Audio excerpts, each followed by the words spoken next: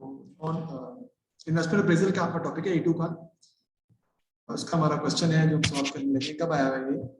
आपका आया है जी अक्टूबर नवंबर 1933 में। Ronaldo is considering introducing a new product which will require the purchase of a new machine. There are two machines available, machine A and machine B, but only one may be acquired. दोनों में से हम एक ही खरीद सकते हैं, आपको choice करनी पड़ेगी। उसको चॉइस ऑफ मशीन भी कहते हैं। Both machines will be scrapped after 5 years with no residual value. Residual value 0 है, यानी कि salvage value या scrap value 0 है उसकी। और 5 साल बाद हम जो है वो उसको scrap हमने करना है after 5 years। 5 साल उसकी useful life है यानी। The following information is available for machine A. Cost दी है 2,25,000, 2,25,000 को आप डिवाइड करेंगे 5 से तो आपकी डेप्रिसिएशन आ जाएगी और वो आप उसको मल्टीप्लाई करेंगे पर एनम के साथ तो आपके पास सॉल्व हो जाएगा। रेवेन्यू जनरेशन इन ईयर 1 80,000 है, डायरेक्ट कॉस्ट इन ईयर 1 20,000 है। Revenues are expected to increase by 10% every year to year 4 and then decrease by 25% in year 5. Direct costs are expected to increase by 5% in year 3 and by a further 6% in year 5. यानी year 2 में तो कोई change नहीं आ रहा है direct cost के अंदर, ठीक है। year 4 में भी वही रहेगी जो year 3 में हो, और 6% बढ़ रही है year 5 के अंदर। Calculate the accounting rate of return for machine A to 2 decimal places. तो सबसे पहले हमें क्या करना पड़ेगा, हमें कैश फ्लोज निकालने पड़ेंगे। एक्चुअली याद रखिएगा हर सवाल में हमें कैश फ्लोज ही निकालने पड़ेंगे। पहले 590 है, 590, तो इस इन्वेस्टमेंट प्रेजेंट के हर सवाल में कैश फ्लोज निकालने पड़ते हैं।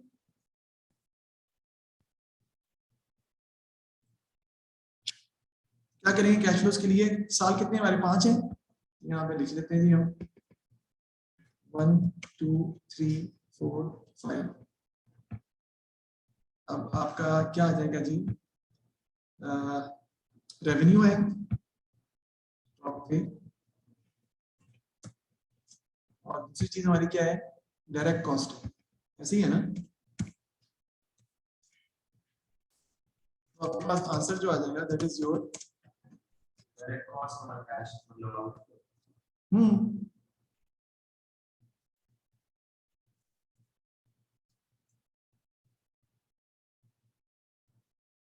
लेकिन आप ऐसे लिखो जैसे मैं लिख रहा हूँ।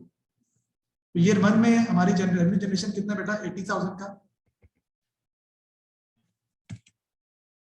ठीक है जी। ईयर 2 में कितना रेवेन्यू जनरेशन है हमारा, revenues are increased 10% every year to year 4 and then decrease by 25%। 10% increase कर देंगे तो कितना हो जाएगा ये 88,000। फिर 10% इंक्रीज करें तो कितना हो जाएगा जी, यानी 88,000 का 10% 8800, 88,000 प्लस 8800 96,800, और फिर इसका 10% निकालेंगे 96,800 का वो आएगा 9680, वो ऐड कर देंगे 96,800 में 106,480, और फिर ईयर 5 में 106,480 का ले लेंगे 75%, या उसका 25% निकाल के क्या कर दें, माइनस कर दें। बात एक ही है, दोनों में से आप एक ही ऑप्शन जो है वो फिल कर सकते हैं। कितना आ जाएगा जी 79,860। ये आपके पास रेवेन्यू जो है हमने वो फाइंड कर ली है। 590 है हमारा पेज, 590 पेज है।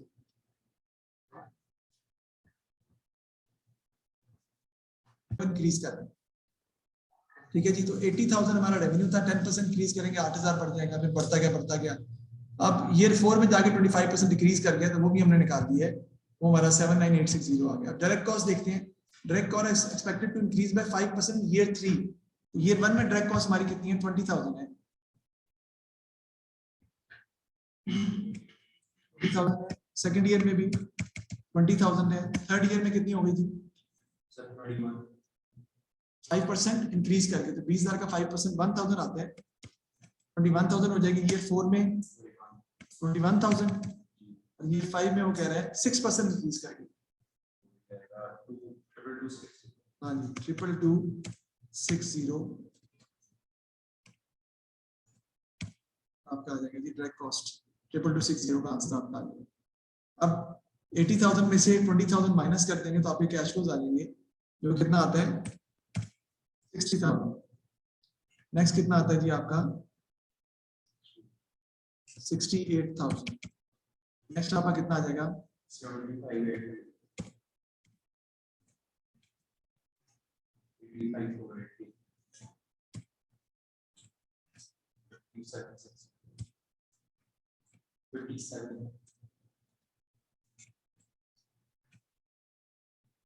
ये हमें कैश फ्लोज अपने निकालना है।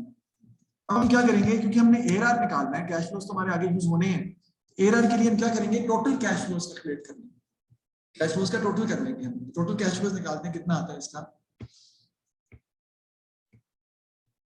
सबको ऐड कर लेंगे हम। ओके, हमने एवरेज प्रॉफिट निकालना है ना। एवरेज प्रॉफिट क्या होगा, total cash flows minus total depreciation divided by 5, आपका एवरेज प्रॉफिट आ जाएगा। So 346,880. 346,880 ये जो आपका निकला है, इसको अब हम यहाँ पे एवरेज प्रॉफिट में निकालता हूँ। बराबर क्या होगा आपके total cash flows minus total depreciation, और इसको हम डिवाइड कर देंगे किससे, 5 से। टोटल कैश फ्लोज हमें पता है कितने हैं, वो है जी 346,880 माइनस टोटल डेप्रिसिएशन 2,25,000 है। 2,25,000 टोटल डेप्रिसिएशन है आपकी। कैसे सर, क्योंकि आपकी जो कॉस्ट है वो 2,25,000 है, इसको डिवाइड करेंगे 5 से तो 1 साल की डेप्रिसिएशन आएगी, उसको फिर मल्टीप्लाई कर देंगे 5 से तो टोटल डेप्रिसिएशन यही आ जाएगी 2,25,000, क्योंकि रेजिडुअल वैल्यू 0 है आपकी। ये क्या आता है,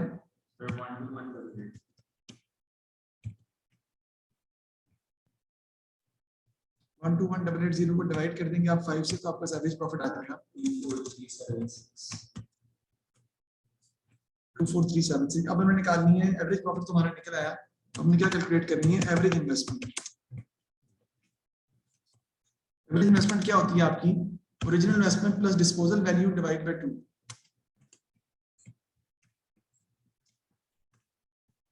इन्वेस्टमेंट डिस्पोजल वैल्यू कोई नहीं है तो डिवाइड बाय 2 इसको कर देंगे आप। ओरिजिनल इन्वेस्टमेंट आपकी कितनी है, 2,25,000 डिवाइडेड बाय 2 कर दें, कितना आता है 2,25,000। आपने कैसे निकाली है वो देखें, उसने क्वेश्चन में बताया कि कॉस्ट जो आपकी है ना, यानी बिजनेस को स्टार्ट करने की मशीन ए की कॉस्ट है वो 2,25,000 है। इनिशियल इन्वेस्टमेंट वही हम कंसीडर करते हैं। 2,25,000 को डिवाइड कर देंगे आप 2 के साथ, तो आपकी एवरेज इन्वेस्टमेंट आ जाएगी। फॉर्मूले में पुट कर लेते हैं, आपका एआरआर का फॉर्मूला है average profit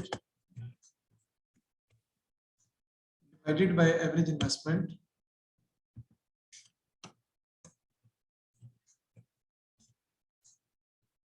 multiplied by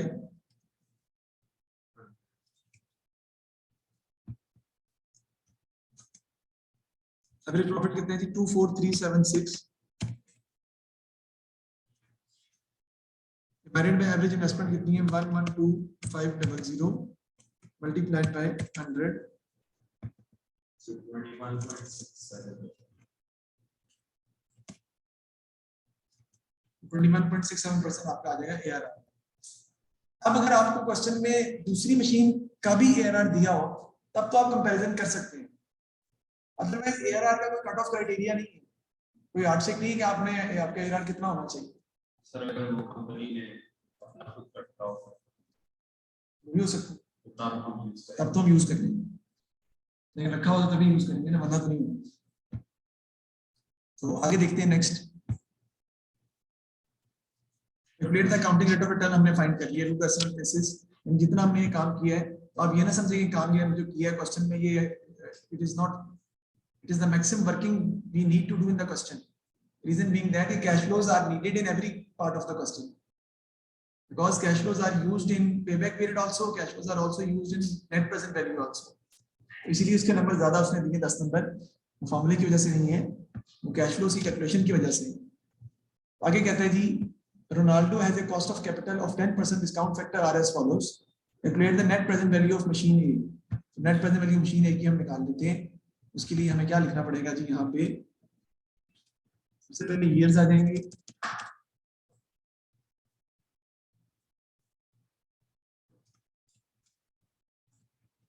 cash flows आ जाएंगे।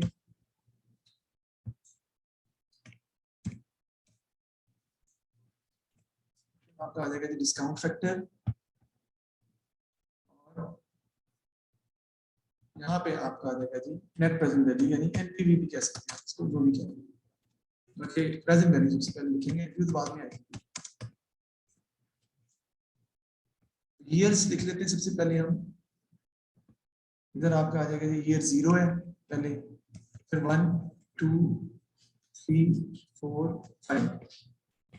ईयर 0 में डायरेक्टली पहले आउटफ्लो हो रहा है, क्योंकि इनिशियल इन्वेस्टमेंट का जो कैश आउटफ्लो हो रहा है आपका 2,25,000 से।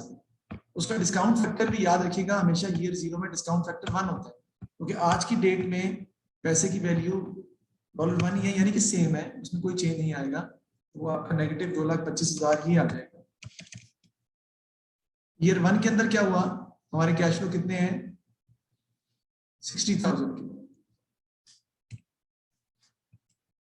और जो उसका डिस्काउंट फैक्टर है वो कितना है, 0.909। कितना आता है जी ये, 54540 आपके आ जाएगी इसकी प्रेजेंट वैल्यू। थोड़ा मैंने ईयर 2 में आपका जो कैश इनफ्लो है वो है 68,000 का, और डिस्काउंट फैक्टर कितना है, 0.826। मल्टीप्लाई करते हैं, क्या आ जाएगा जी, 5616। उसके बाद ईयर 3 में अगर हम देखें तो आपके वो है जी 75,800 के,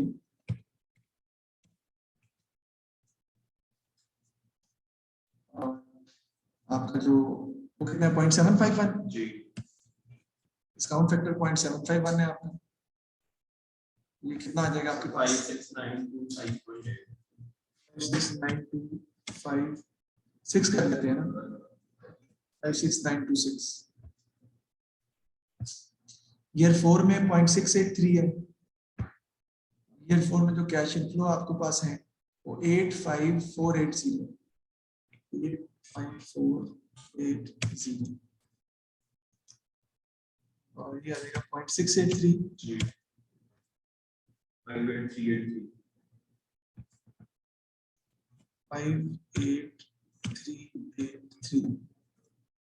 ईयर 5 में जो आपके इनफ्लोज हैं वो है 57600,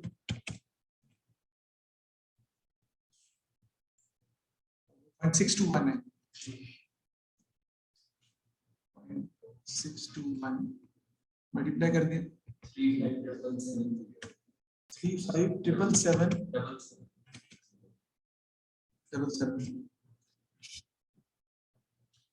क्या करेंगे जी हम, जो कैश फ्लोज आपके पास है पॉजिटिव, यानी पॉजिटिव वैल्यूज को हम ऐड कर देंगे, उसमें से नेगेटिव जो 2,25,000 है वो माइनस कर देंगे, तो आपके पास एनपीवी ऑटोमेटिकली जो है वो फाइंड हो जाएगा।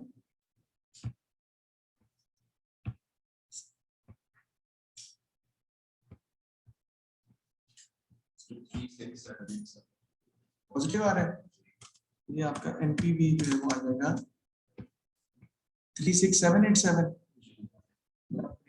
36787। तो पॉजिटिव एनपीवी आ रहा है, तो बताइए, तो आप अपने इस प्रोजेक्ट को एक्सेप्ट कर लेंगे कि आपका एनपीवी पॉजिटिव है। इस क्वेश्चन में और बताया है, इन स्पाइट ऑफ दैट कि मैं सवाल को आगे सॉल्व करूं, मैं आपसे कह रहा हूं कि आप इसका पेबैक पीरियड भी निकालेंगे, कैलकुलेट करें जरा इसका पेबैक पीरियड, क्योंकि वो भी निकालना पड़ेगा आपको। क्यों, क्योंकि सवाल में नीचे जो कंपैरिजन दिया है उसमें पेबैक पीरियड का कंपैरिजन भी उसने मांगा हुआ है, तो इसलिए पेबैक पीरियड भी हम निकाल लेते हैं, या मैं ही निकाल लेता हूं।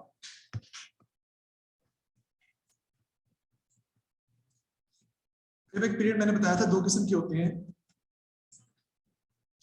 एक आपका होता है सिंपल पेबैक पीरियड, और एक आपका होता है डिस्काउंटेड पेबैक पीरियड। 2 किस्म के होते हैं, यहाँ पे आपका आ जाएगा क्यूमुलेटिव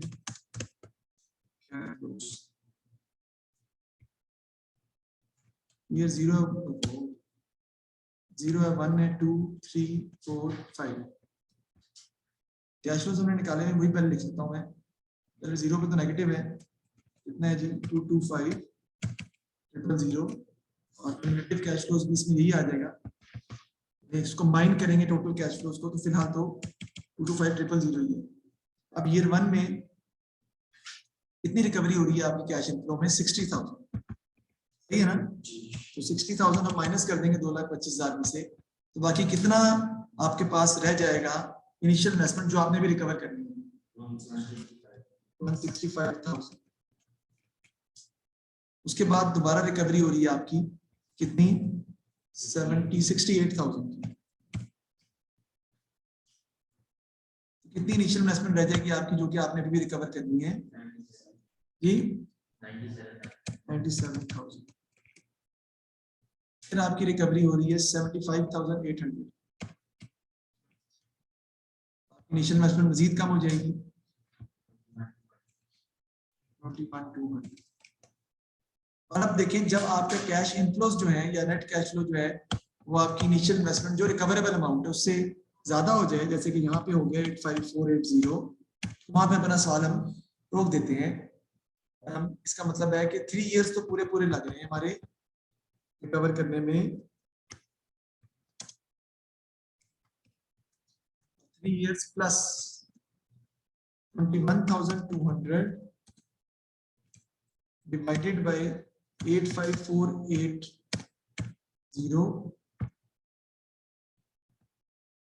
multiplied by कर देंगे हम किससे? 12 से, क्योंकि हम आंसर किसमें चाह रहे हैं? मंथ्स के अंदर। तो आपका आंसर आ जाएगा जी 3 years and 3 months। 3 years and 3 months में आप इनिशियल इन्वेस्टमेंट अपनी जो है वो रिकवर कर लेंगे। तो 3 years 3 months में आपकी इन्वेस्टमेंट जो है वो it will take 3 years and 3 months to recover your initial investment। आप जो है वो आसानी से रिकवर कर जाएंगे। आगे देखते हैं जी हम कि मजीद क्वेश्चन में क्या पूछता है, क्या रिक्वायरमेंट है उसकी क्वेश्चन के अंदर।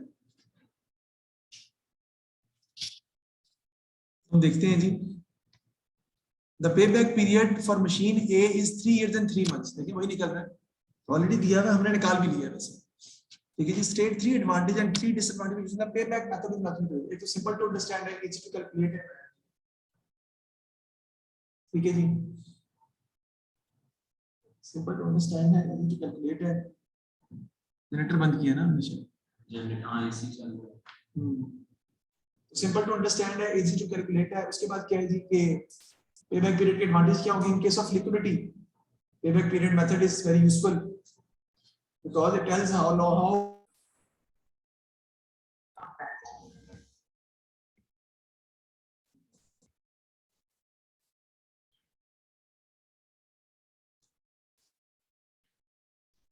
और क्या है कि इसकी जो कैलकुलेशन है वो सामने इजी टू कैलकुलेट है। It is basically the break even point in terms of time. Drawbacks इसके हमारे क्या है? एक तो ये it ignores the time value of money, money को इग्नोर कर देता, नहीं लेता। फिर क्या है जी, does not take into account cash flows after pay back period. Pay back period के बाद जो कैश फ्लोज हैं उनको टेक्स इनटू अकाउंट फॉर वो नहीं करता। और तीसरा क्या होगा जी?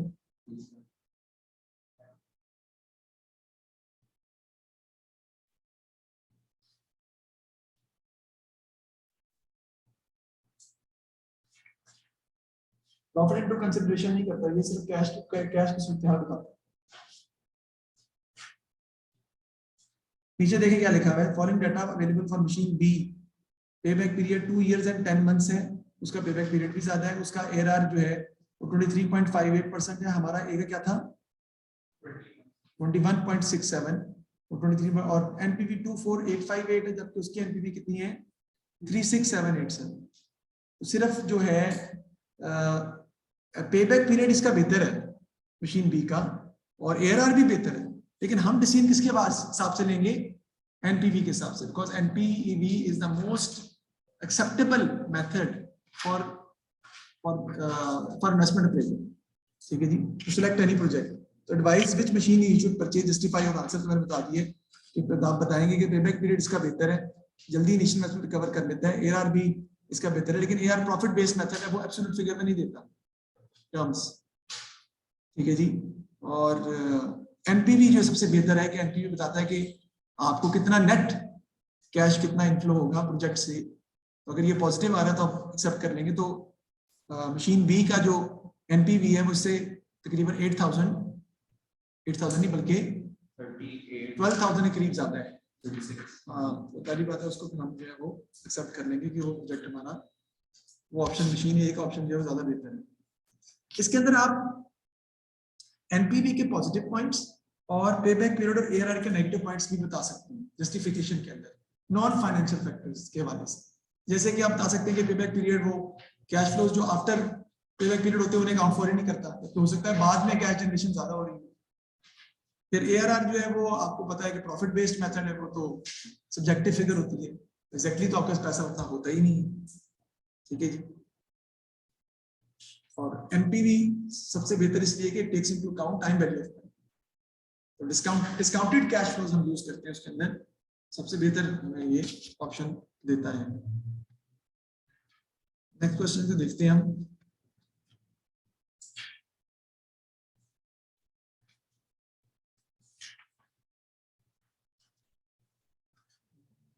इसको मैं कल करवाऊंगा। नेक्स्ट क्वेश्चन,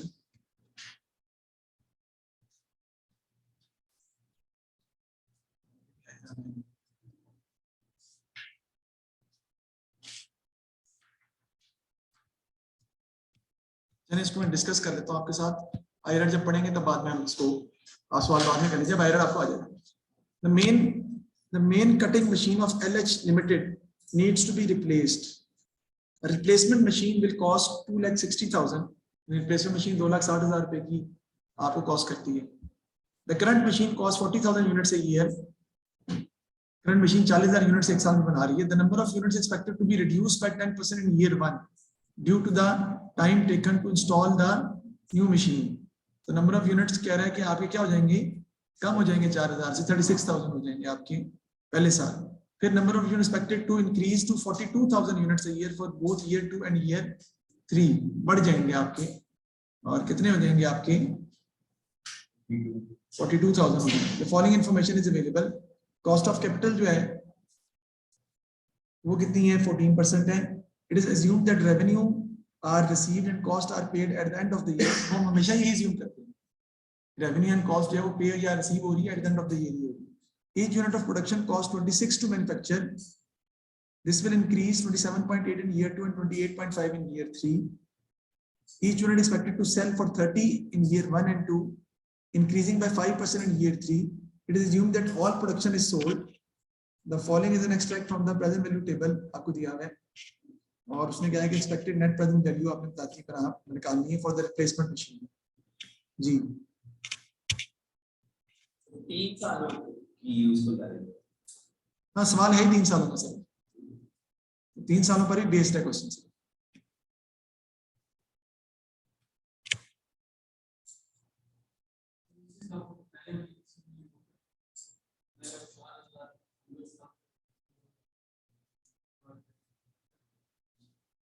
नहीं, पहले साल में नंबर ऑफ यूनिट्स कम हो रहे हैं 4,000 से।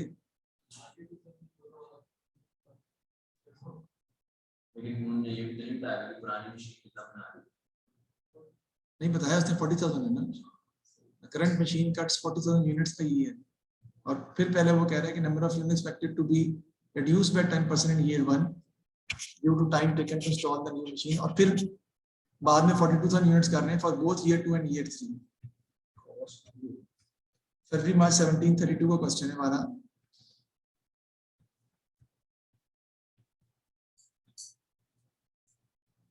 जी बताएं क्या करेंगे। हाँ, रेवेन्यू और कॉस्ट में से कैश फ्लो हम निकालेंगे, माइनस करेंगे, लेकिन पहले साल के जो कैश फ्लो है वो 36,000 यूनिट्स में निकालेंगे ना, तो वो आपके कम हो गए। हाँ जी, और फिर बाकी 42,000 के हिसाब से आप यूनिट प्रोड्यूस और सोल्ड से भी मल्टीप्लाई करते जाएंगे। तो आपने एनपीवी इसका फाइंड करना है, बस सिर्फ एनपी ही फाइंड कीजिएगा इस सवाल का, क्योंकि आईआरआर तो मैंने बताया नहीं। अगला सवाल पे आ जाते हैं हम। क्वेश्चन ये आपका आया है अक्टूबर नवंबर 8 2004, पुराना सवाल है, अक्टूबर नवंबर 8 का। The manager of Namely Limited believe that demand for their product will fall over the next few months if they do not lower the selling price of each briefcase. Briefcase basically वो cell करते थे, तो कहते हैं कि आपकी demand कम हो जाएगी अगर आप उसकी प्राइस को कम नहीं करेंगे. They intend to purchase a machine that will cut and prepare the leather used to make the briefcase at a lower cost. There are currently 2 machines on the market capable of doing exactly what the company require. Each machine will be used for 4 years, after which it will be scrapped. Machine A is made locally and cost 40,000 और machine B जो है वो Indonesia में बनती है और इसकी cost 44,000. ठीक है जी. Whichever machine is purchased, output will increase by 875 briefcase per month. 875 ही हम यूज करेंगे. जितने से इंक्रीज हो रही उतना ही हम यूज करेंगे. मतलब पुराना नहीं दिया, इसलिए हम पुराने को कंसीडर नहीं करेंगे ना. And the directors are confident that they could be sold for 13.5. The total annual cost of producing extra 875 briefcase using machine A will be 1,20,000 in the first year of use, and these costs will rise by 5% each year thereafter. The annual cost of producing extra 875 briefcases using machine B in the first year will also 1,20,000, but costs are expected to rise by 5,000 each year thereafter. यानी एक 20 है तो एक 25, एक 30, एक 35 हो जाएगी, जबकि उसका परसेंटेज में वो 6,000 बढ़ेगी, फिर उसकी अमाउंट फर्क आएंगे, उसके रेवेन्यू और कॉस्ट में डिफरेंट आएगा. हाँ जी, और कॉस्ट उसने डायरेक्टली दे दी है ना भाई, उसकी जरूरत नहीं है. सेल हमें निकालनी पड़ेगी. सेल आप कैसे निकालेंगे? 875 into 13.5 करेंगे तो आपको सेल जाएगा. दोनों मशीनों की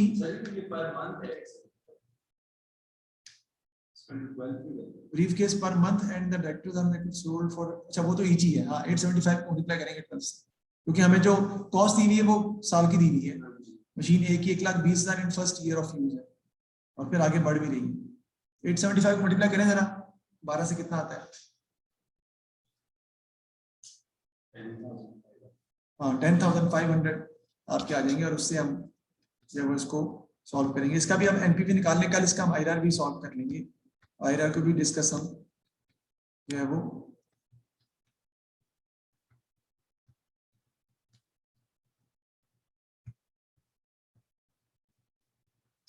समझ आ रही, कर लेंगे ना. सवाल मुश्किल है, थोड़ा टेक्निकल है वैसे, लेकिन इसमें कैश फ्लो निकालना हर सवाल में डिफरेंट तरीके से मांगा होगा. और कैश फ्लो निकालना जो है वो मार्जिनल कॉस्टिंग की बेसिस पर ही आपका है. जैसे मार्जिनल कॉस्टिंग हम करते हैं उसी बेसिस पर है ना. इस सवाल में देखें, the director of a clothing company are proposing to manufacture coats. They anticipate that the coats would stay in fashion for the next 4 years. This would require the purchase of additional equipment at a cost of 2,50,000, which would be scrapped after 4 years. Sales are expected to be 4,000 coats in year 1, 2, and 3, and expected number of coats sold will increase by 10% on the previous year, but will fall to 3,500 in year 4 में गिर जाएगी उसकी.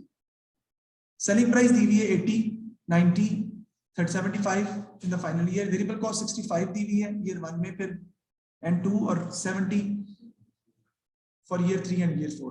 Cost of capital भी दिया हुआ है. आपको सबसे पहले सेल्स माइनस कॉस्ट करके आपको कैश फ्लोस फाइंड करने पड़ेंगे, और अगर एआरआर निकालना तो उसमें से डेप्शन भी फाइंड माइनस करनी पड़ती है.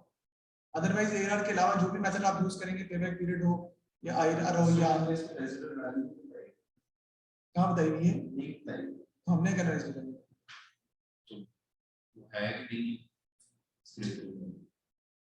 नहीं, which would be scrapped after 4 years, नहीं बताई तो जीरो कंसीडर करेंगे.